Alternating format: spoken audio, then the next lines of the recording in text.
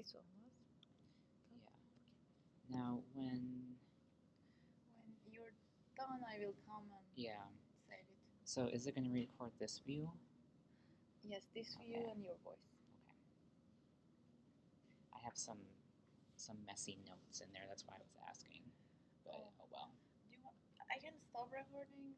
Then you can. Well, the notes are for myself, so I would like them. As long as it's not a problem that it will be visible in the recording. Everything on the screen, if you like remove it from here to see your notes, then they're going to be visible. Okay, that's fine. We can leave it like this. Okay. But then if you are not like satisfied, you can tell them not to use the recording. I mean, if I do this, then I lose sight of my sequence of slides. I can give my laptop to you so that you can put some of your notes maybe on the side and then use this laptop to give the lecture. Is it okay? Something funny is going on here. Hold on 1 second.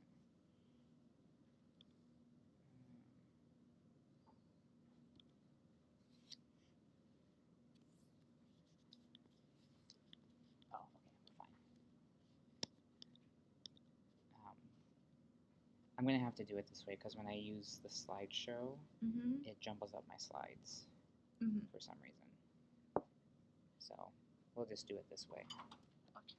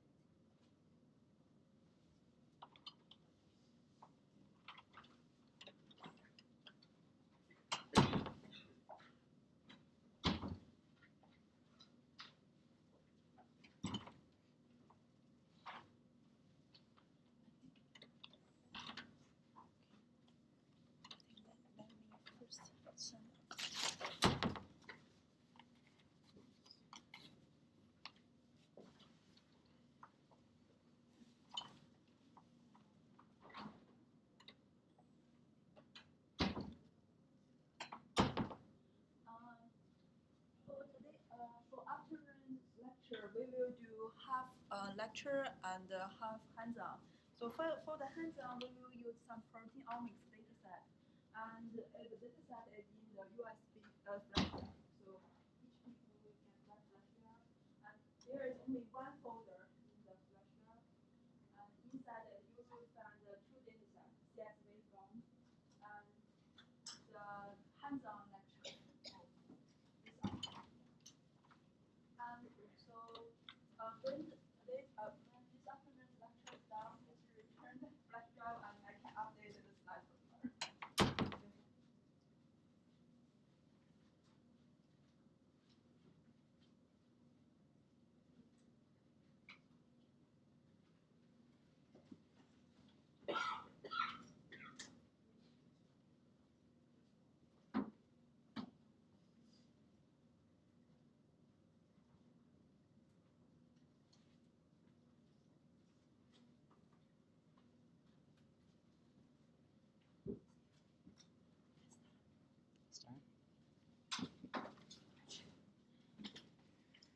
Okay, let's go ahead and get started. My name is Stephen Braun. I am the Data Analytics and Visualization Specialist in the Digital Scholarship Group in the library here. So in this position, I basically provide support to students, faculty, and staff who want to integrate some component of data visualization or data analysis into their scholarship. And I do this through three main modes of support. So the first is through consultations. So I have weekly open office hours where students, faculty, and staff can sort of drop in, ask questions about charts they're making, visualizations they're working on, specific tools, specific software, for example. And that's really an opportunity for me to give one-on-one targeted help on specific tools and design principles and things like that. The second mode of support is through in-depth project work. So I work as a designer, an analyst, and basically a visualization engineer on a variety of projects in collaboration with students, faculty, and staff, as well as some of my own. And then the final mode of support is through workshops and lectures. So I am often invited to lectures on campus to talk about data visualization design principles, best practices, things like that, across a very wide range of disciplines. So this includes courses in the School of Business, Department of English, College of Arts, Media and Design, engineering, journalism, really all over the place. So I am primarily used to talking about data visualization to humanists and social scientists. I have a background in the natural sciences, so I actually have a master's degree in biophysics. My visualization work got started in biomolecular visualization as an undergrad. I was specifically interested in looking at visualizing protein folding pathways. In grad school, I did some research on fMRI and interesting ways to visualize those kinds of data. But it's been a few years since I've talked to an audience of scientists. So my goal today and tomorrow and the next day is to really give a gentle introduction to data visualization in a way that's discipline agnostic as well as technology agnostic, right? So this is slightly different framing from what we saw this morning with Michelle this morning when she gave her keynote, because she talked a lot about interdisciplinary visualization. And as a field and as sort of a process of scholarship, visualization is very interdisciplinary, but we can also think about it in very discipline agnostic ways. And I actually find that to be the most helpful when we're talking about data visualization more broadly, because it's not really that we're talking about design principles that apply only to visualization. They really apply to communication of all forms. And that's what we're all doing, right? Scientific communication is a process through which we have to really apply thoughtful design principles to make sure that we're getting our message across. So again, discipline agnostic and technology agnostic approach to introducing data visualization in the next few days. So as Ting mentioned, the way we're going to do this is sort of tag team between lecture and hands-on work with R. So I'll be doing the lecture components. There'll be some activities involved in that, some discussion questions. And then Ting will give the R component. And just to give you sort of a background on myself, I'm sort of coming from this with the assumption of no knowledge of R, okay? I want to talk about data visualization and concepts around it without thinking about R. And then Ting will sort of bring the R component back into that, okay? Does this sound good to everyone?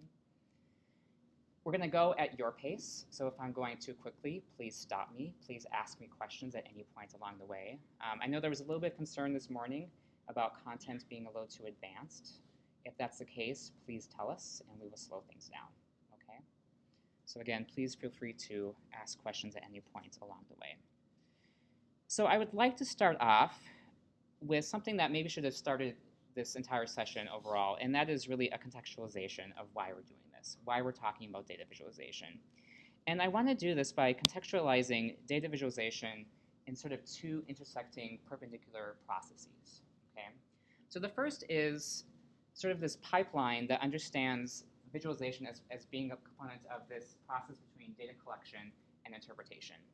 And as we all know in our own research and working with our own data, a lot can happen in the space between these two steps, right? A lot of bad things can go wrong. So if we step through this process, we start, of course, with data collection. We're recording our observations. After that, we might go to structuring and cleanup, preparing our data for analysis. After that, we move on to the actual analysis work. We're drawing connections between our data points. And then we get to this point of visualization, or I could instead have the word communication here, right? Because visualization is just one particular form of communication. And the important thing is that this visualization step is nestled between analysis and interpretation. So this visualization step is actually quite critical a lot of times for informing the ways in which our data might be interpreted. And importantly, all of these steps sort of lie on a continuum. On the left-hand side with data collection, we might have very well-defined processes, right? We might have particular conventions or standardized approaches for collecting data. And then on the furthest end, with interpretation, we have a very ill-defined process. Ill-defined in the sense that we don't have much control a lot of times over how people might interpret our data. And so this visualization step is like an inflection point, right? This is where we can build a lot of control into this entire pipeline overall and really guide the interpretations that our readers, our audience, might take from a set of data. So we have this pipeline from data collection to interpretation, well-defined to ill-defined. And perpendicular to this is the design thinking process. So I like to use the Stanford Design School definition of the design thinking process. And this process assumes 5 steps. We start with empathize. And when we empathize, we're basically literally empathizing with our audience, with our users, and trying to figure out what the problem to be solved is. After that, we go to define the problem. So we've empathized and we've made observations about what the problem is. Now we actually define it. We ideate. We come up with possibilities for solutions to that problem. We prototype those solutions. And then we test those solutions. And ideally, these last 3 steps, ideate, prototype, and test, feed into one another, right? We go back and forth. We might come up with an idea, prototype it, doesn't work, go back to another idea, prototype it, test it, that works. We found a solution to the problem at hand. Now, I like to apply a design thinking process to thinking about visualization because visualization itself is a design thinking process. So the key characteristics of a design thinking process are you have an ill-defined problem, for one thing, which visualization is, right, in the sense that we don't have a lot of control sometimes over how people might interpret our visualizations, but we put a lot of energy into how we craft a visualization.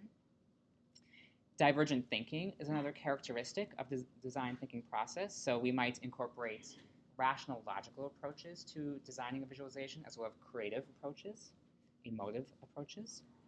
And the final characteristic of design thinking process is it's human-centered. And fundamentally, visualization is a human-centered thing, right? We create visualizations because we want to communicate something. And communication is a human-centered act.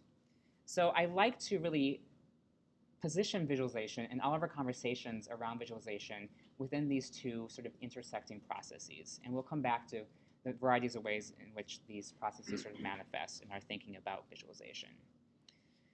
So the question at hand for the next couple of days is, why do we visualize data? So we're all operating under the assumption here that we've all done some sort of data visualization. It might be a variety of statistical charts, graphs, other types of visualizations, network diagrams, a wide variety of visualizations exists out there. So why are some reasons we visualize data?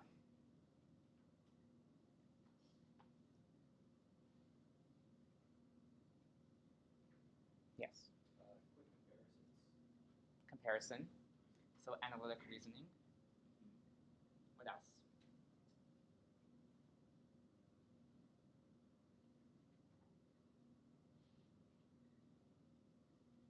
I think similar to what you were saying in the background before, there's really no point of doing a lot of experiments if you're not going to show the results or communicate to what the meaning. Anything else? Yes.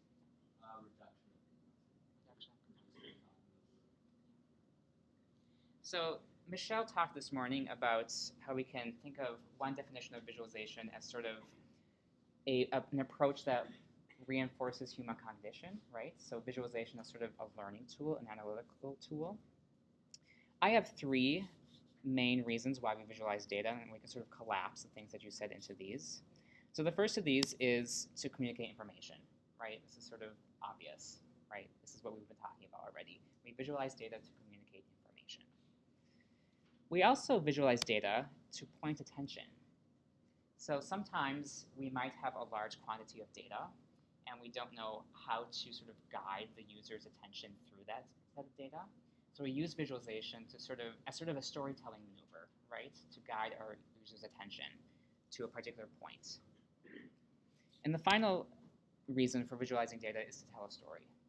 So storytelling is key to visualizing data.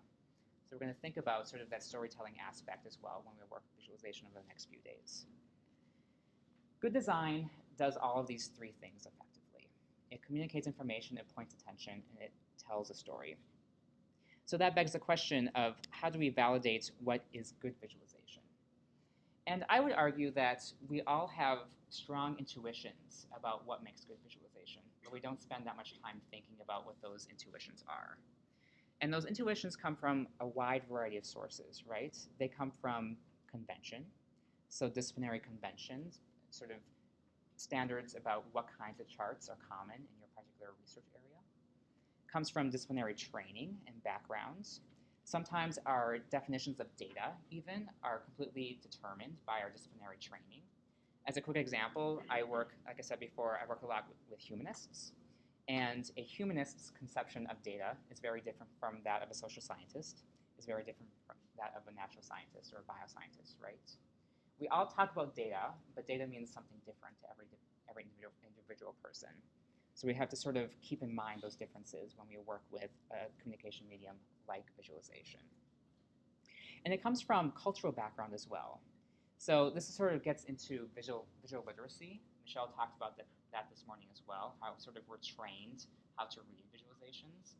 And something as simple as a scatter plot, which we might all understand how to read instantaneously, is something that we have to be trained to learn how to do, right?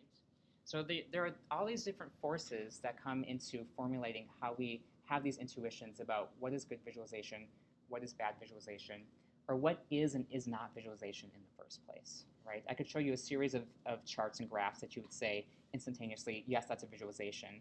I could show you some other things that you would disagree with me and say that's not a visualization. And that, again, comes from your background, your training, the conventions of your discipline. I'd like to talk about 3 axioms of good visualization design. The first is that data visualization is intuitive. You don't want to force the user, your audience, to have to work too hard to understand the visualization. This gets to that question I asked Michelle earlier about cognitive load. We really want to create visualizations that are easy to understand and that really facilitate understanding. And it's not enough to just facilitate understanding. We really want data visualization that engages the user and invites them to ask more questions. We want it to be exploratory, right? Sometimes we create visualizations that are meant to convey a single point, but sometimes we want to make it possible for people to explore our data set more broadly and have them sort of come up with their own conclusions and interpretations that we might not have come up with ourselves. And the third axiom is that data visualization facilitates discovery. So again, this exploratory aspect. There might be ideas hidden or patterns hidden in a data set that we can see through one visualization that might be illuminated in a completely different way in a different visualization. And good visualization does that effectively. These axioms of good visualization design can sort of be thought through 3 different pillars of design. So one is effective design, which refers to how we utilize and take advantage of human psychology to make visualizations good. Ethical design, which has to do with making sure that our visualizations are truthful and actually reflect the underlying behaviors of the data we're representing. And then universal design, which refers to things about accessibility. So this includes information about color blindness. It includes visual literacy. It also includes cultural expectations around how you interpret data and how you understand visualization. In this workshop, over the next few days, we're really going to focus on effective design. Okay? We're going to talk mostly about visual grammar, visual elements, the building blocks of creating a visualization, and sort of how that works with human psychology and the ways that we can really leverage human psychology in a way to make our visualization designs very effective and communicate well. So that's what we're going to do, effective design. As a brief overview of the topics we're going to cover, we're going to start with composition and layout. From that, we'll move on to plot types and then color. That will wrap up the end of this afternoon today. And then tomorrow, we'll move on to talking about improving figure clarity, working with multidimensional data and tips and tricks for doing that, especially in your disciplines. And then finishing off with data exploration and linked views. And there will also be a short session in there somewhere that's practiced specifically with heat maps. So we'll talk a bit about heat maps and special considerations in designing heat maps. Okay. Any questions about content overall? As a quick note, I'm basing a lot of the material for these sessions the next few days on a series of Nature Points of View articles that specifically talk about data visualization. And I'll show you those briefly here. Let's see here. So this is a series of articles, mostly written by Beng Wang, as well as some by Niels Galenborg, who will be giving our keynote on Wednesday morning. And it's a really fantastic resource for tips and tricks and best practices around a wide variety of data visualization concepts, specifically applied to scientific visualization. So it's broken out into composition and layout, which we're going to talk about today. They talk about layout, Gestalt Principles, use of storytelling, negative space, color considerations, elements of a figure, different plot types and different considerations for working with particular plot types, improving figure clarity, multidimensional data, and data exploration. So these really are the inspiration for a lot of the content that we'll cover the next few days. So if you're interested in learning more, this is an excellent resource to look at. And maybe we can find some way to share this URL later through the GitHub account or something like that. Okay? So we're going to start with composition and layout.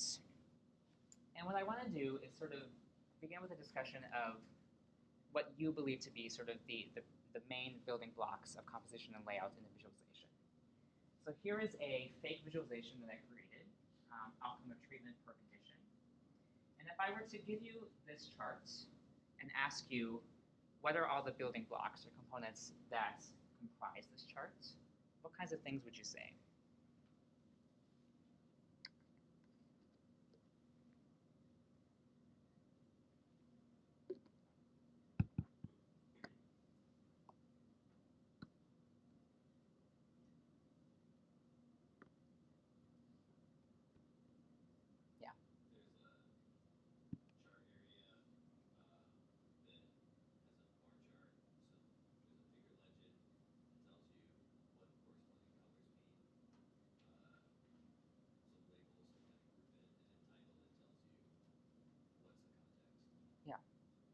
So if I were to sort of parse out the individual building blocks of this chart, we have a title.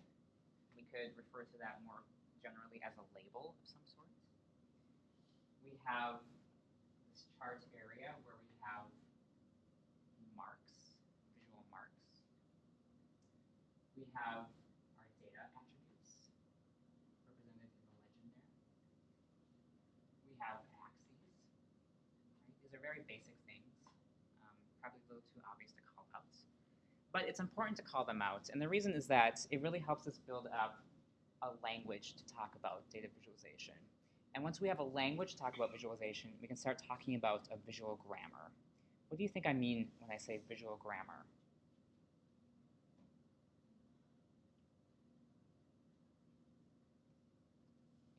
Like what sorts of elements you would sort of traditionally group together, and what sort of layouts just sort of naturally fit. Yeah.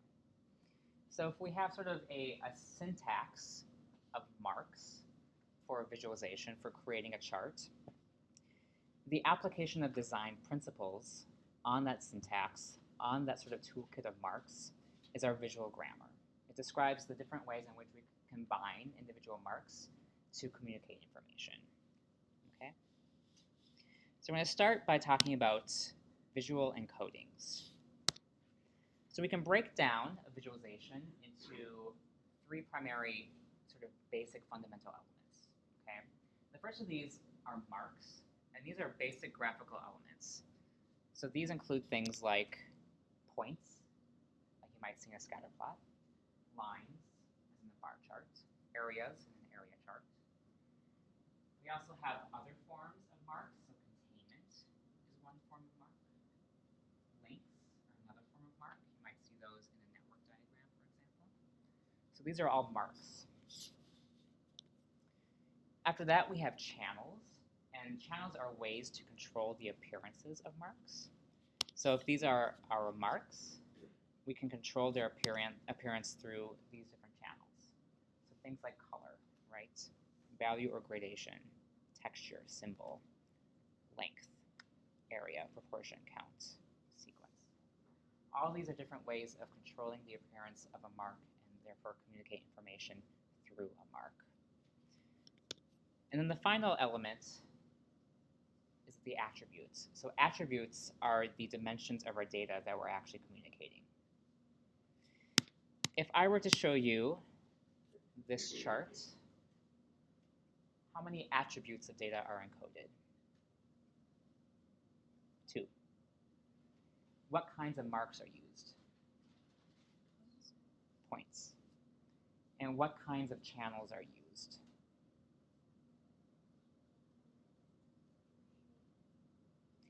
Symbol, we could say symbol. Also pure count is also a pseudo channel of sorts. What about this one? How many attributes are encoded?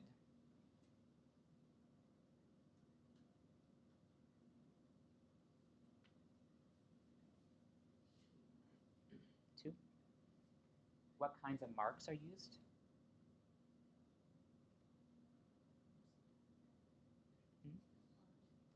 Or lines, more generally? What kinds of channels are used?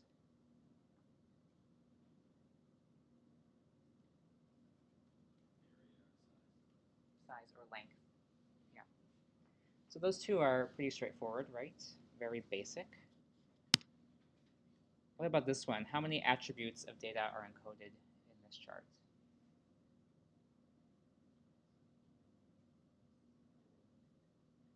4. So we have x-coordinate, y-coordinates, color, and size. The kinds of marks.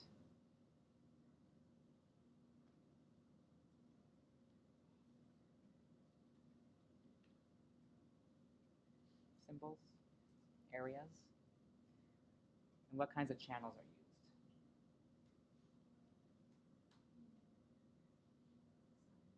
Size, color, right, and the dimensions. So we can do this easily, right? Because we spend a lot of our time every single day looking at charts like these. What we don't do often is think about the language we use to actually describe these.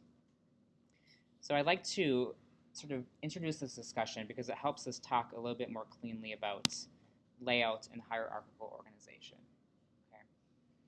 So when I talk about layout and hierarchical organization, what I'm talking about is sort of the arrangement of these elements in a chart, okay?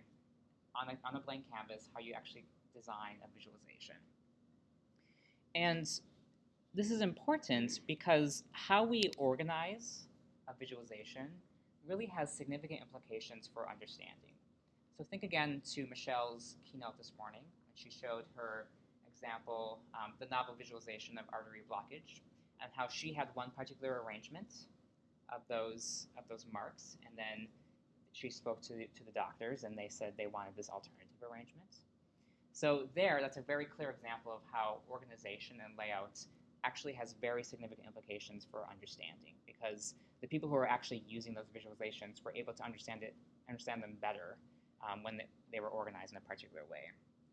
So we have these principles of effective layout, and we can sort of intuitively understand when a design is effectively laid out. But the reality is that these principles really come from other sources that are completely outside of visualization and the natural sciences. So they come from art and design theory, and they come from ideas such as the golden section, for example, Fibonacci sequence, rule of thirds, and then more familiarly, grids. So the golden section is this ratio x plus y is to x as x is to y, and part A of this figure. Here we have an example of the golden section, that ratio actually being used in art. And then we have in part C here the rule of thirds.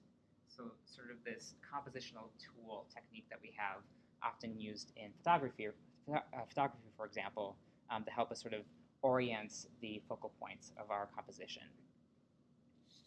So the reason why we pay so much attention to hierarchical organization and layout is that it really helps guide the attention of the user, right? It helps guide the understanding of our audience. And this is really important, especially when we're working with very complex information, very complex data. So we talked a bit earlier about reduction of complexity. One way of reducing complexity through visualization is through hierarchical organization, because more complex information can be easily understood when it's laid out effectively. This most often manifests in the form of grids. So we use grids in alignment all the time, right? So at the top left here in part A, we have a couple of examples of grid formations and some poster layouts that mimic those grid formations. Down here, we have use of alignment to really guide the attention of the viewer. So this is a poster design. We might start here, move our way down and across, down again here, and then based on this spacing here, move to the right-hand side of the poster. And then here, we have another example of alignment and layouts that's being forced through Whitespace. So Whitespace is another really key way of enforcing hierarchical organization in a visualization. So if we look at this example of academic poster on top here, if we sort of abstract out the overall geometry of the poster, we have this representation right here. So we've sort of just taken these blocks of text and images and positioned them according to their alignment in the original poster. It's a bit messy. So here's an alternative arrangement where we've cleaned up the alignment, moved things more into a grid-like structure, and use ample white space to really parse out the different components of this chart.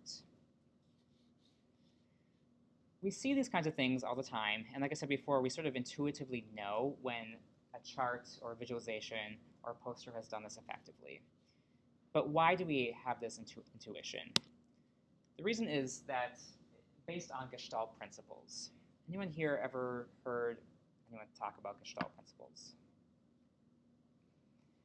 So Gestalt principles have their origin in psychology, early 20th century. And it comes from the school of thought that says the way that we as human beings sort of interpret the world around us is through the combination of smaller parts into a greater whole that's other than the sum of that part. Okay? So these Gestalt laws are basically principles of perceptual organization. They describe the ways in which psychologically we group elements in a figure. And it manifests in art and design, but it also manifests just as equally in visualization design. So we can actually leverage these Gestalt principles to create effective visualizations. So I'm going to talk about some of these laws of perceptual organization.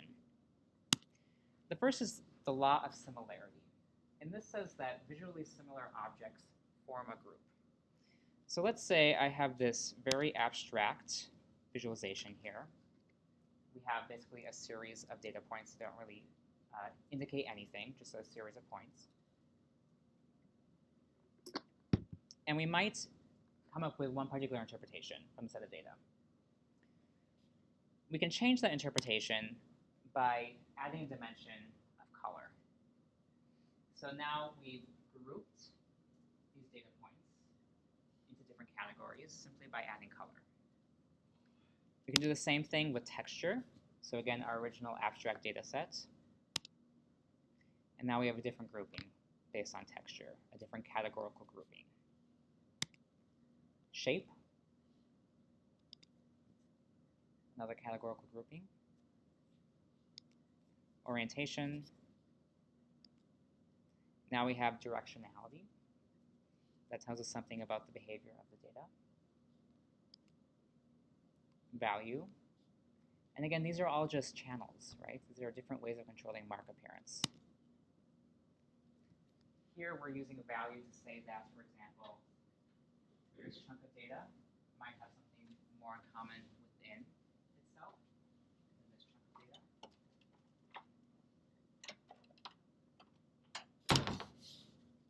Size and scale. Again, new interpretations about relative similarity or differences between and within our data points.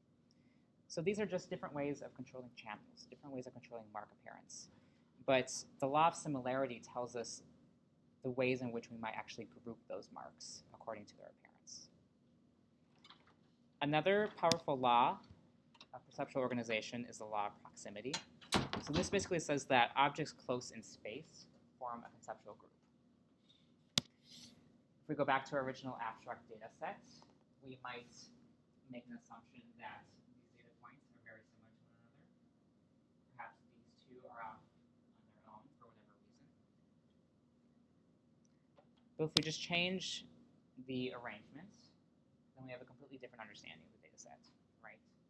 We've broken up clusters and categories that we had before into completely different categories that might have completely different properties attached to them.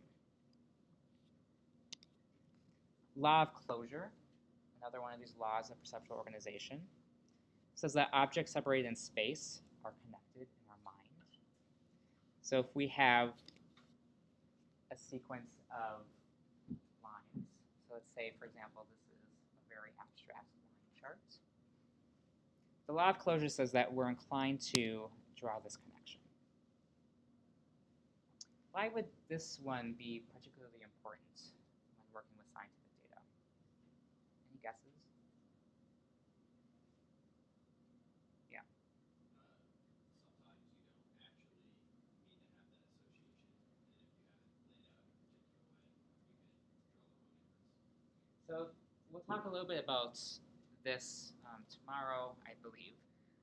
Null values, for example, missing data. We often have to make decisions about how to best represent null values of missing data. The problem is if we don't explicitly encode missing data or null values, then we run the risk of forcing a connection there that doesn't actually exist. So that's sort of a concrete manifestation of the law of closure. Yes? What would be the answer for the law of closure? Because when I saw that, the separated lines, I saw this, two distinct lines, not as a continuum, perhaps. So in that case, continuity. So there's another principle that says that objects that move in a particular direction, we perceive them to continue moving that direction. So it's very possible that you interpreted these as just two separate chunks, never moving in their own directions.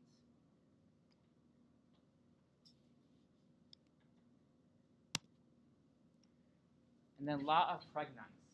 So this says that cognitive load is optimized by reduction to the simplest form. So this one is a little bit more abstract. Let me give you a concrete example. Let's say we have this data set. We're encoding some sort of aspect of information by size of circle. We can further understanding or ease understanding by ordering our data points from largest to smallest. We might do the same thing with a bar chart, right? We might create a bar chart and have the bars ordered differently based on particular categories or some sort of quantitative dimension.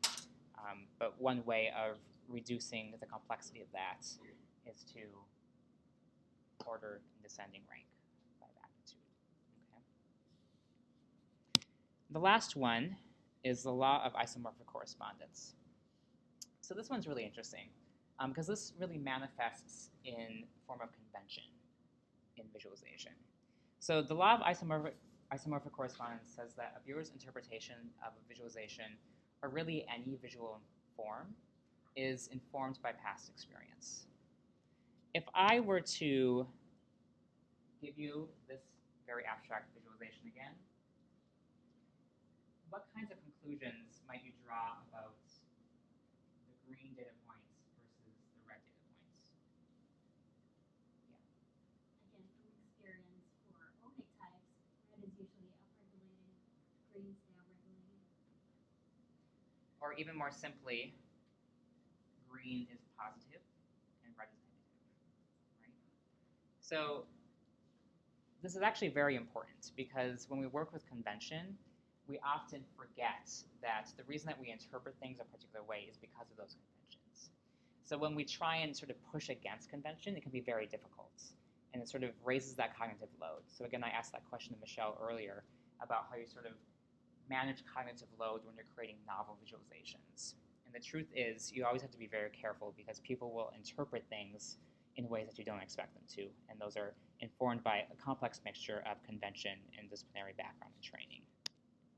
So we can really learn to leverage these principles of perceptual organization, but we also recognize that they sometimes operate in tension. So if I were to create a visualization like this, there are a variety of channels being used to control the appearance of these marks, and they sort of conflict and bring into tension how we might group these data points.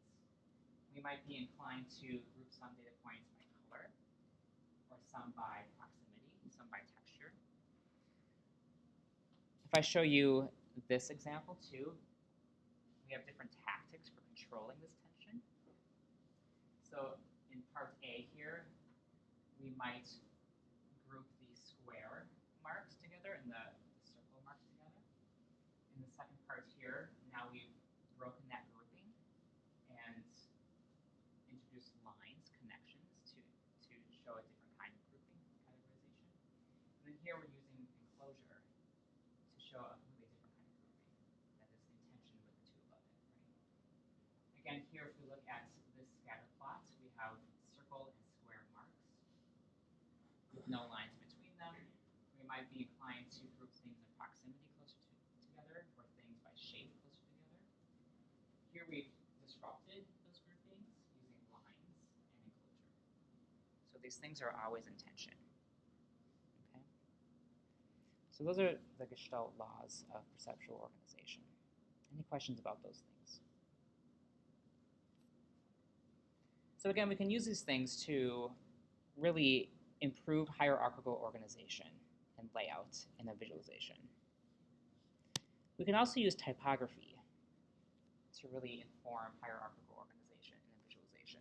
We don't often think about typography, but it's just as important as all the other components. It's another building block of a good visualization. And we can control typography through a variety of different channels. So we can control size, typeface, weight, so using weight to indicate importance, for example, color, orientation, space, and texture. So if I were to show you this really horrendous visualization, and I'm not even sure if you can see the yellow, but there are yellow labels here. I've tried to create a visualization that uses typography through as many different channels as possible. And there's no sort of overarching hierarchical organization to this visualization whatsoever, because we don't have the sort of typographic standardization that brings that cohesiveness, that unity to the visualization.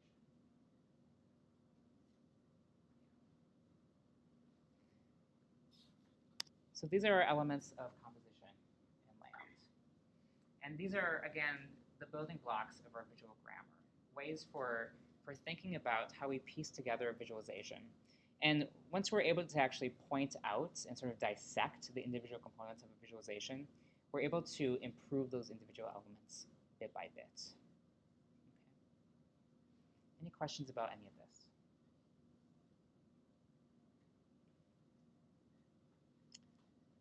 Ready for hands-on?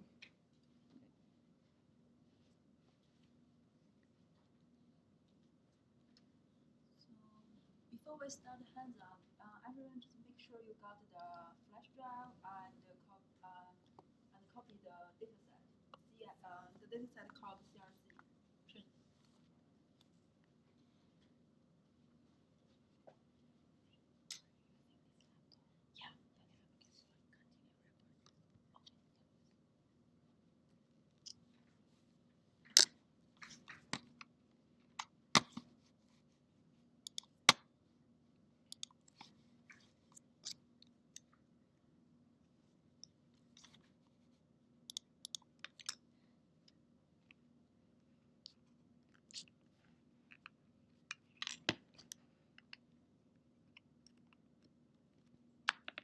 So you can directly download all the slides and dataset from GitHub.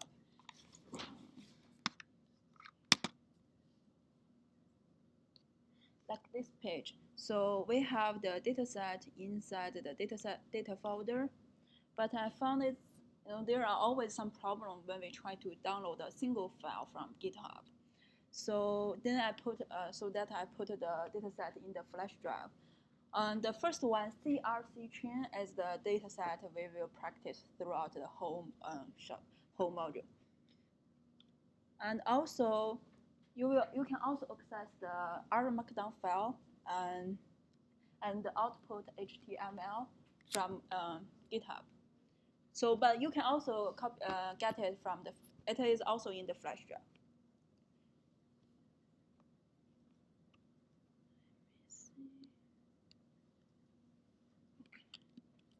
Let's first open RStudio.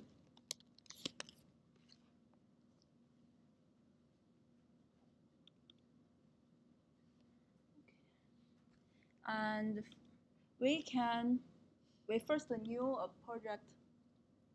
Let's see. New directory and empty project.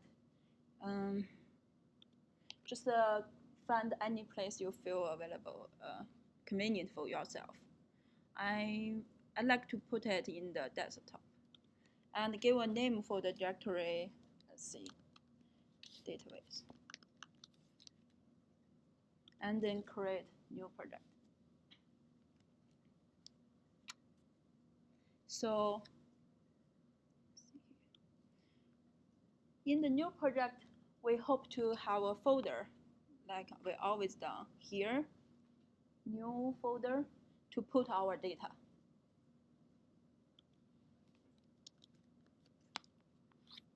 Let's click OK. And then we have a folder which, let's see, and we need to and put the CRC dataset inside the data folder.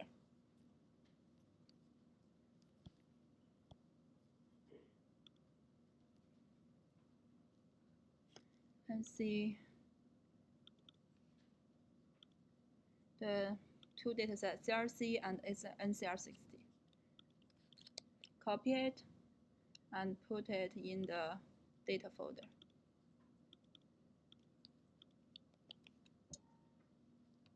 So if you see inside the folder, you will see the two datasets.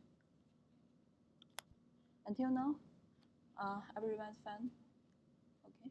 And then we will do our hands-on on the R Markdown file. So new a file, R Markdown file. Just give a name.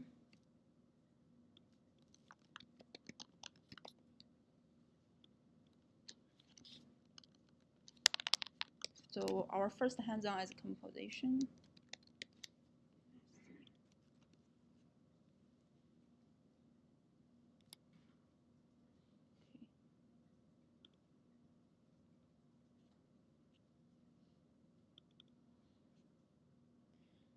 And then, so let's, okay, so,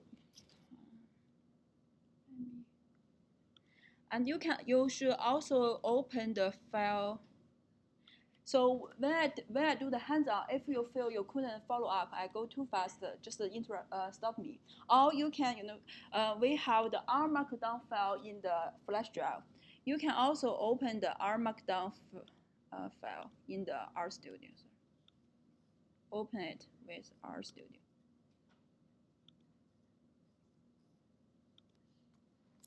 So if you feel you couldn't follow up, and you can, so all the code I will introduce is in the R Markdown file, and you can copy it you can run the code in the R Markdown file I provide. Okay, so then let's start. First, I'd like to introduce a little bit of the dataset we are going to use here. The dataset is a public available proteomics dataset. It is here. It's just very briefly introduce the design of experimental design of how we generate the data. Because every time when we have a data, we need to know how the data is generated. So for this dataset, the objective of the study actually is to find the biomarkers for colorectal cancer. So we hope to find the protein biomarkers which is predictive for the colorectal cancer. And there are three steps in the study. First, we need to find the protein candidate using the discovery protein omics. So like DDA. We use DDA to find like thousands of proteins, and they are the protein candidates we are interested in. And then build a very simple prediction model, find some candidate biomarkers. But here, the sample we are using in the first step actually is from the mucosa. Actually, it means, but we know if it's biomarkers, we hope the biomarkers should be consistently and easily to be detected.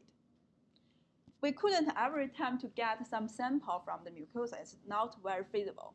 So then in the second step, they got the sample from plasma, the blood plasma. They hope to find the biomarkers from the plasma. So they use the RSRM, the target proteomics, to find which protein, like we have some protein candidates, and to find which protein are also in the plasma. And then these are the protein candidates we are interested in. So last step, the authors collected two very large clinical cohorts, and one is training, another one is validation, and then build a prediction model based on the two data set. So the data set we are going to use is the training cohort protein quantification data. As you see here, there are two heat maps for the training and validation. We are going to do some exploration on the training set and see what we can find from the training set before we indeed build a prediction model. So since my background, my original background is computer science. Like a computer science guy, we always try to give a data. I just directly build several models and see which model is the best performance. But indeed, before you really indeed try to build the prediction model, we want to look at the data, see have a sense of what happened inside the data. Then we can have some expectation of our prediction model. If your prediction model doesn't perform very well, we need to know the reason why it's not good. So then that's the background of the data set. And then let's first read the data set inside R. Okay. Let's come here.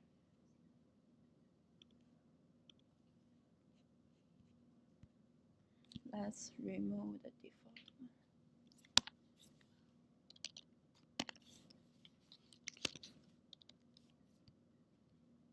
Since the format of the file is CSV, so we just use the read CSV function to read the file. And the file is inside the data folder. Let's see data, and the name is CRC. Okay. CRC.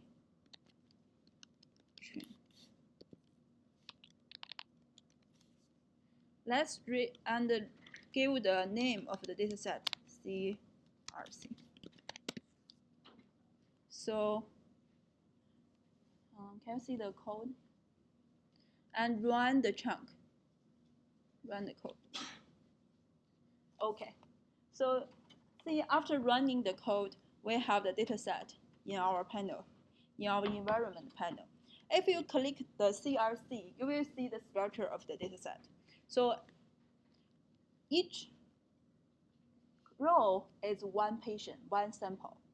And the column, for the first several columns, these are the proteins. The proteins we quantified in the experiments. And for the last several columns, we also have the information for the patient. Because we know the information like the group. We have three groups, and we know which patient from which group, and the age of the patient, and if the patient has colorectal cancer, which stage of the cancer, and where is the location of the tumor. So then that's all the interesting information we want to see, we want to explore in our database. So after we get the data set, let's first try to do some data exploration. We want to know how many, we want to know how many columns and how many rows in the data set. Let's see. So if you will use dimension command, it will tell you there are 200 rows. It means there are 200 patients quantified in the data set. And there are 79 columns. The columns, but we don't know what we had in the columns. So we want to see what's the attributes in the columns. Then we can use column names to see what's inside the column. Let's see here. The first several columns are just a protein. And from 73, these are the the patient information, sample, group, gender, and tumor location. Actually here, if we go back to our previous design, the patient they collect are from 3 groups. One is just healthy, and another one is colorectal cancer. And there is also another group called benign. It is just a not harmful tumor. So in this paper, in their published paper, when they build the prediction model, they put the benign and the healthy into the same group because they think they are the control cases. But in our hands-on, we try to just view it as 3 groups, so we don't put them together. And after we know what the information we have in the dataset, and then let's see what happened in the dataset. The first one we can do is next thing we need to do is to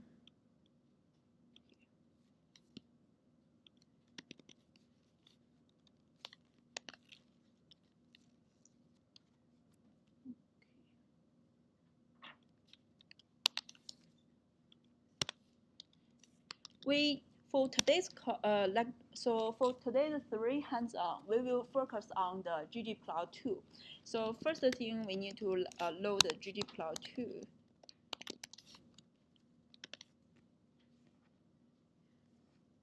I think everyone has already installed ggplot2. If you have some error like no package called ggplot2, you can install the package from Tools, Install Package, ggplot2, and click Install.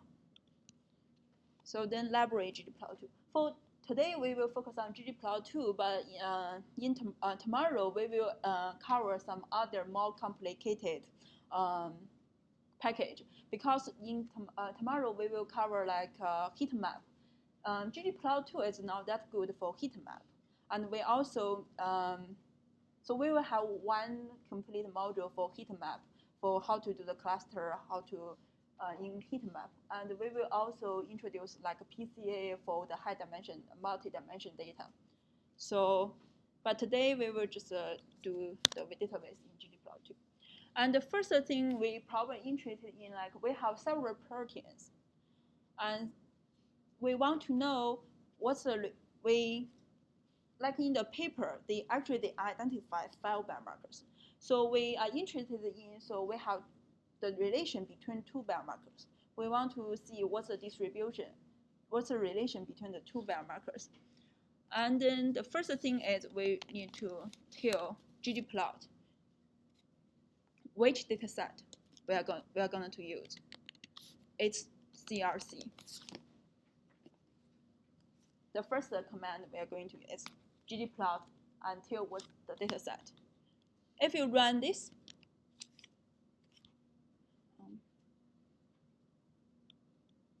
if you see here, as you see here, it's just empty because you just tell the ggplot, we have a data set, I want to make some plots, but you don't tell it what's the attributes, like what's the attributes you want to plot. And then in the next step, we want to tell ggplot more information, the aesthetics.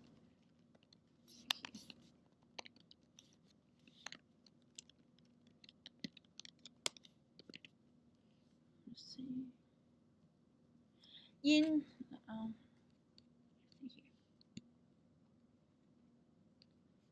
we select two, like see here. I think you can directly copy the protein name because it's kind of long. So we want to see the relation between the two proteins, two biomarkers. And we put it in the aesthetics. Including the x-axis and the y-axis, there are some other aesthetics in the ggplot too. So you can also put like a color, different fill, different shape. We will cover it later, just to give you a sense. There are some multiple attributes you can use inside the function as aesthetics. So first thing, let's plot our first very simple plot.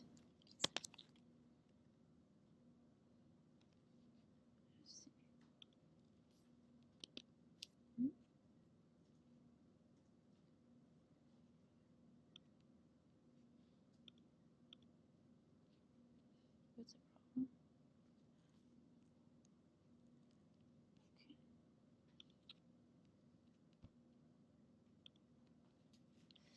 Okay. Here, why not?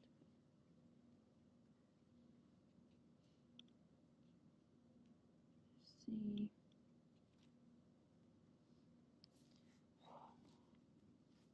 Sorry. The output is not right. There should be some scatter plot.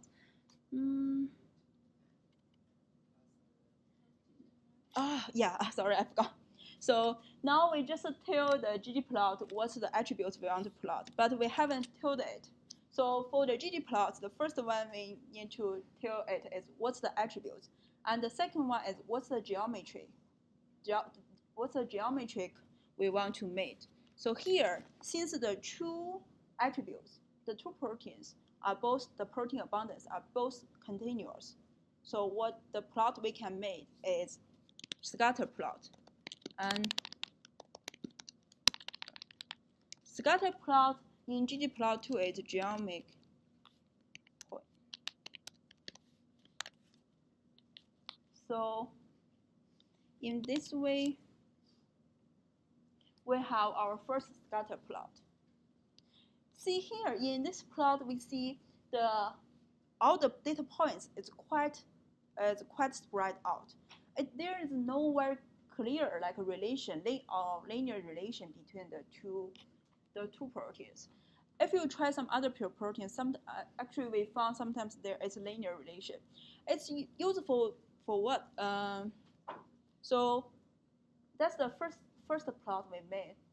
And then we also know for the each point in the plot is one patient.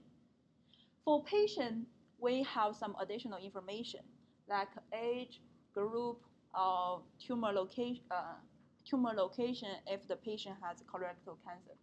So then we want to add another attribute. We want to present another attribute in the ggplot. So here we can, let's see, we can add, as in Steven's lecture, you have multiple ways to visualize different groups, like color, shape, or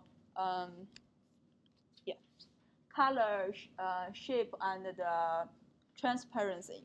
So here, let's first try the first thing. Let's give different color to different groups, the data points from different groups.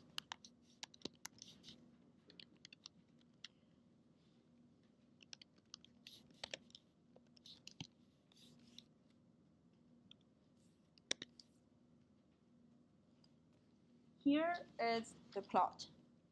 We have 3 groups, and we give 3 colors to the points from different groups. Here, from the plot, we see the samples from the CRC and healthy, colorectal and healthy, they kind of separate.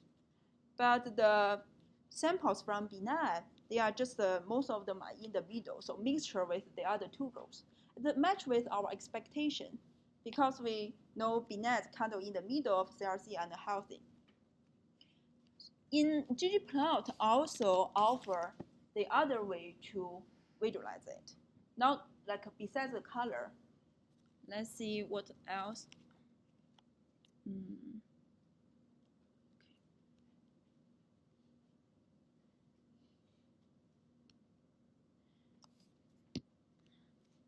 Let's try to instead of color, let's try to give different shape to the points from different groups. It's quite easy. That's why ggplot is very attractive, because you only need to change the attributes here, color, to change color to shape. And keep all the others the same. If you run this code,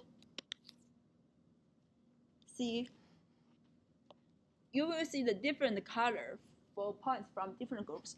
Here we see, compared to the previous one, if you look at this figure, it's hard to distinguish like different shapes. So for the different groups, we prefer the different colors.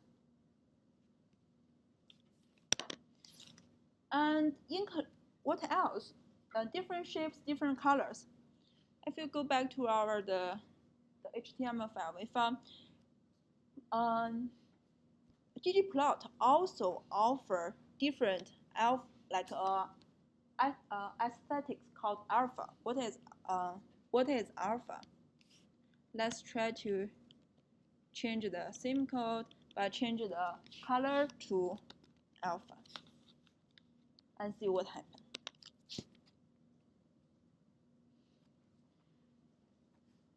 This time, all the shape is circle and all same color, gray color. But the transparency of the data points is different. It's based on the different groups. So that's the third option you can use to present the data points from different groups. Yes. So based on these three, so we saw color, shape, and alpha transparency. Which of those three do you think is the best channel through which to control mark appearance for this data set, and why? Okay, why? Easy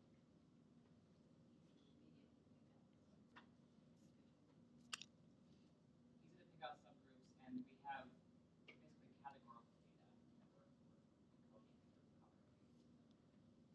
So here in this case, alpha transparency, we might associate that, and we'll talk a little bit about this when we talk about color. We might associate that with the quantitative scale. And here we're looking at actual categories, so it doesn't make sense to use transparency.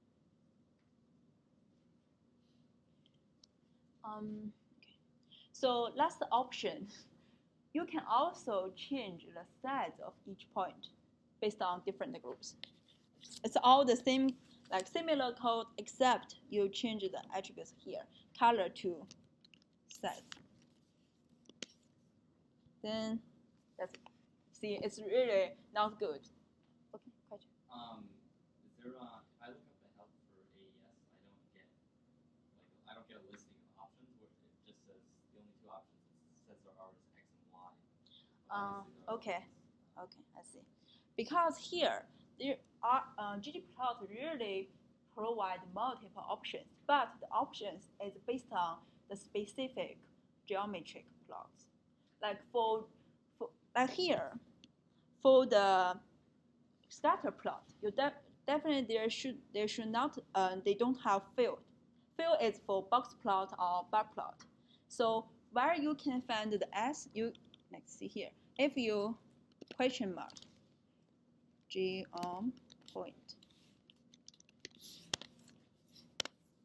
If you go to the specific plots, they will, see here, they will tell you which one you can use.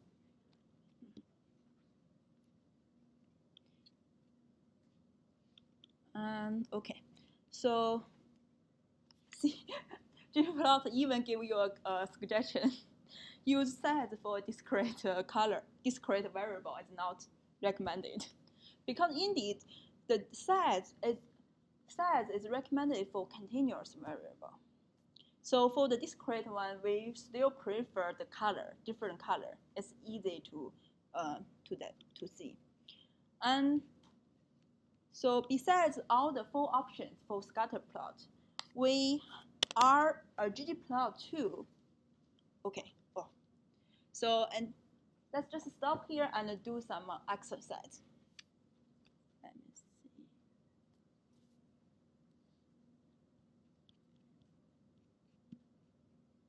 So just do the exercise. If we want to see the relation between another 2 proteins, like which plot you want, like how you make the plot. And if we also want to see the subgroup information in the plot, what aesthetics you want to make. We have multiple options like shape, size, color, and which one you want to use. That's our exercise. I will give you 5 minutes. If you have question, if you have problem with the exercise, just raise your hand.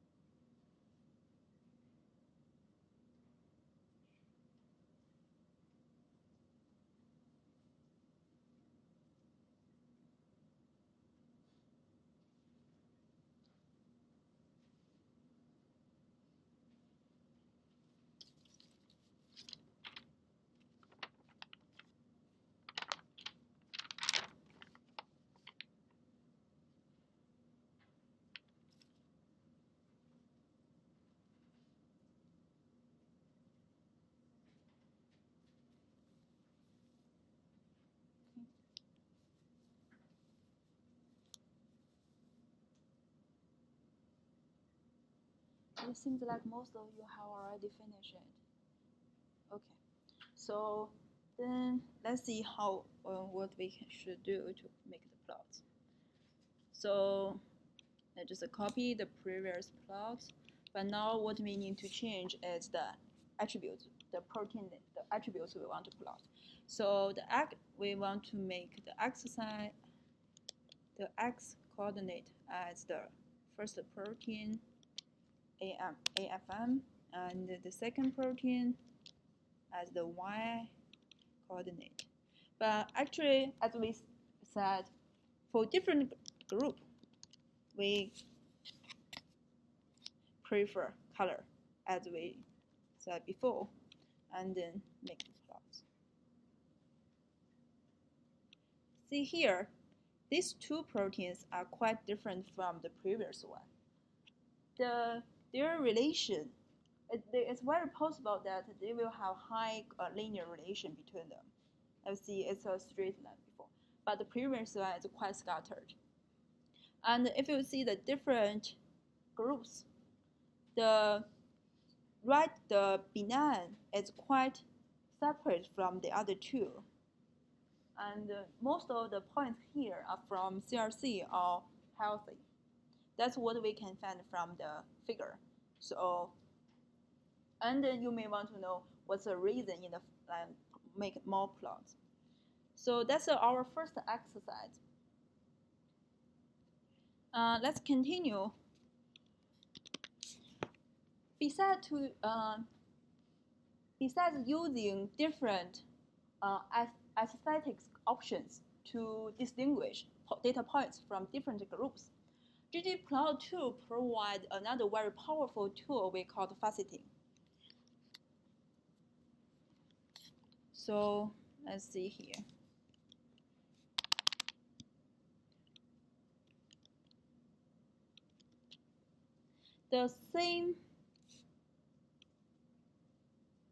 Now we just the same two proteins, but this time also the scatter plot. But this time we don't want to plot all the points in the one plot. We want to make the data points from different groups in different plots here. So what we can do is we can give another geometric function we call facet, and we use facet grid. The grid one and the rep one, they are different. The most two popular one is grid or rep one. What's the difference is grid will make a matrix column, different row, but the rep is only one column, one row. So most time, let's first use the grid one, and for the grid, you need to tell the ggplot which variable you want to make the facet on. Here, we are interested in different groups, subgroups. So, if you put this, let's see what's the output here.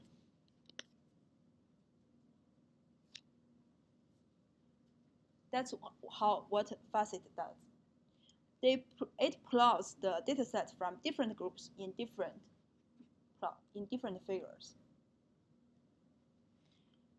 In this, why it is put all the three figures in the horizontal line, in the same row. How about if we want to make it in the same column? What we can do?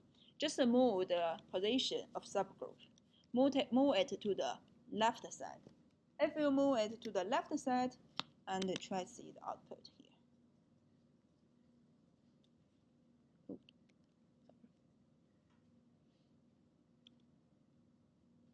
See. Okay, made mistake. So let's try it later. There's a mistake. We need a dot. Yes.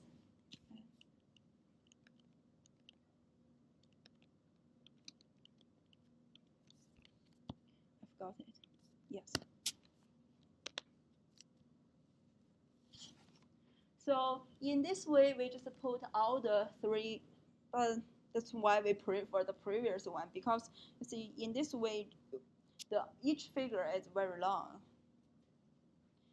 And if you were interested in make the facet based on 2 variables, here in our data set, we know some additional information if you click the data set. Okay. So for the sample, CRC sample, we know the cancer stage and the tumor location. So here, and we also know the gender. And then we want to see whether the different gender and the different cancer stage will have some influence on the protein abundance. Then what we can do, because now we have 2 factors,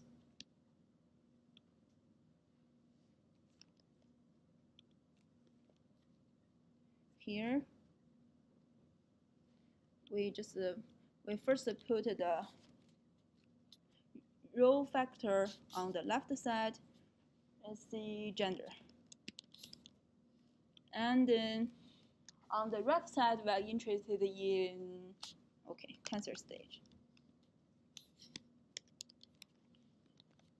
Oh, let's see the column name. Cancer stage. So let's see what's the problem. That's the plot. Here, if you look closely, you find there is a column which is NA, because for some patients we don't have the cancer stage information, and it will make it like quite a few of the patients we don't have the. Why there are so many NA points? Because here, since we don't have the information for the healthy and the benign patients, so we all make it as NA. For the first full cancer stage, we can make this plot. And as you see here, for the stage 4, there are very few points. Okay. And then we can also give the different color to the, based on like different, let's say different gender. Now all the plots have the same color.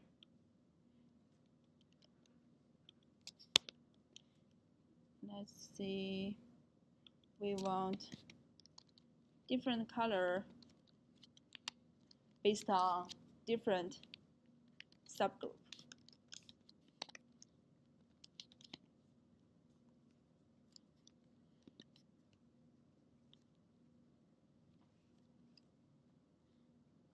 See, that's interesting. Why because only colorectal cancer patient will have the stage information. So all the left side is green. Okay. So that's the facet. And let's do exercise on the facet.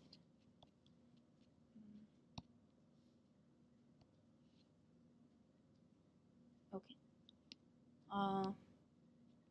We are almost done for the, okay, I forgot one thing.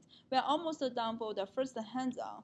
The first hands-on, we just want to see if we have data points from different groups, how can we visualize it in based on ggplot2. And last thing is, why we do it in R Markdown? Because we can,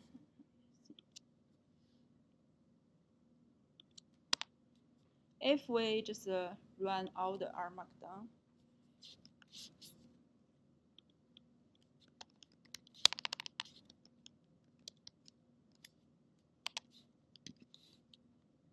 and try to run it, because R Markdown can really helpful for the reproducibility of our research. Maybe since the R version is, so if you just run the R Markdown, all the plots you have made is in the HTML file. If you want to say one specific figure to maybe PDF or GPG form, we can do it like here. Just let me copy it here. So we have a command.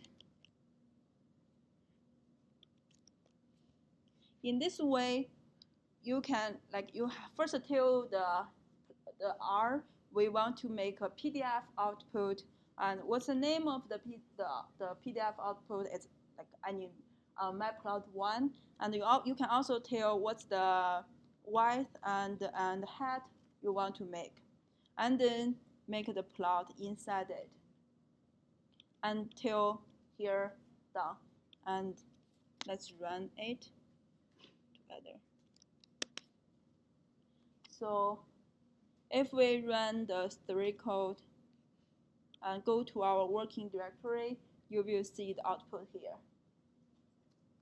And if we open it, that's the plot we made.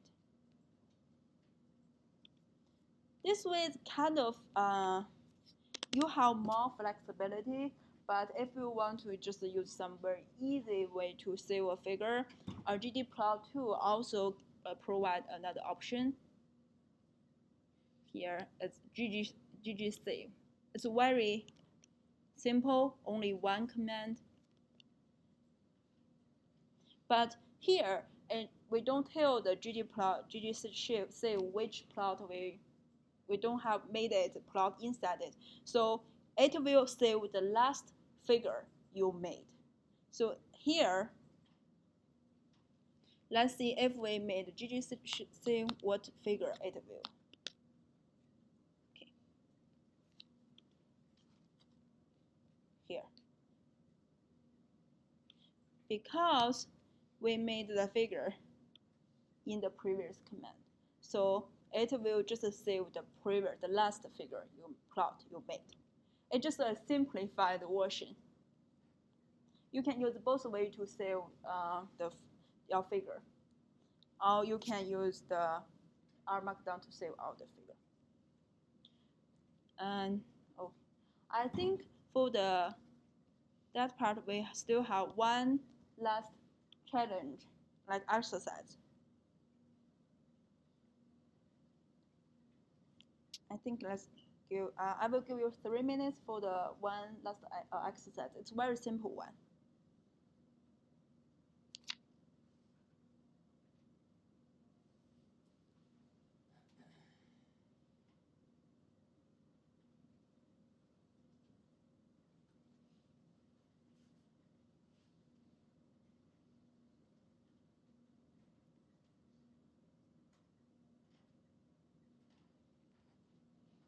The same 2 proteins, we have made scatter plot based on them. But now this time we don't want to see the subgroup. We don't want to show the subgroup information. We want to show the gender.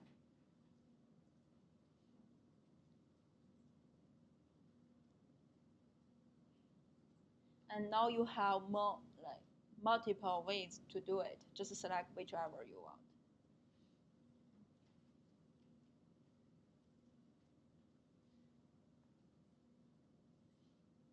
After you make the plot, just save it.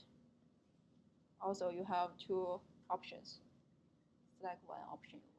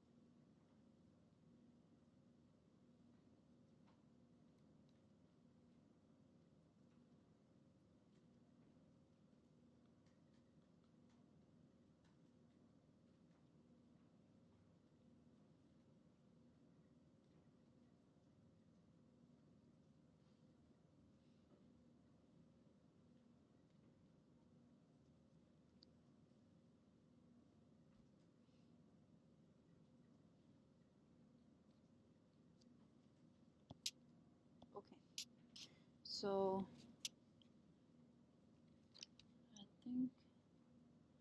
I think most of you have already done it. Okay, let's see how we can make the plots. Let's make it in, okay.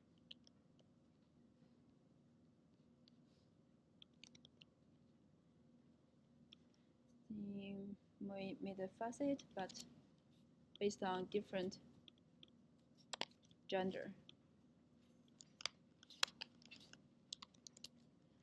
And we also give the different color to different gender. Let's also give a, but you know you can make both of them. So let's give a gender. We add color to different gender and also make the facet here. From here, we couldn't see big difference between the two genders based on the in terms of the protein abundance. And then we want to save the plot. Let's save it as matplot3 by GG save. Okay, if you save it, see, you will have that's the plot we just produced. Okay, I think for the first hands-on we have already done. Let's break them.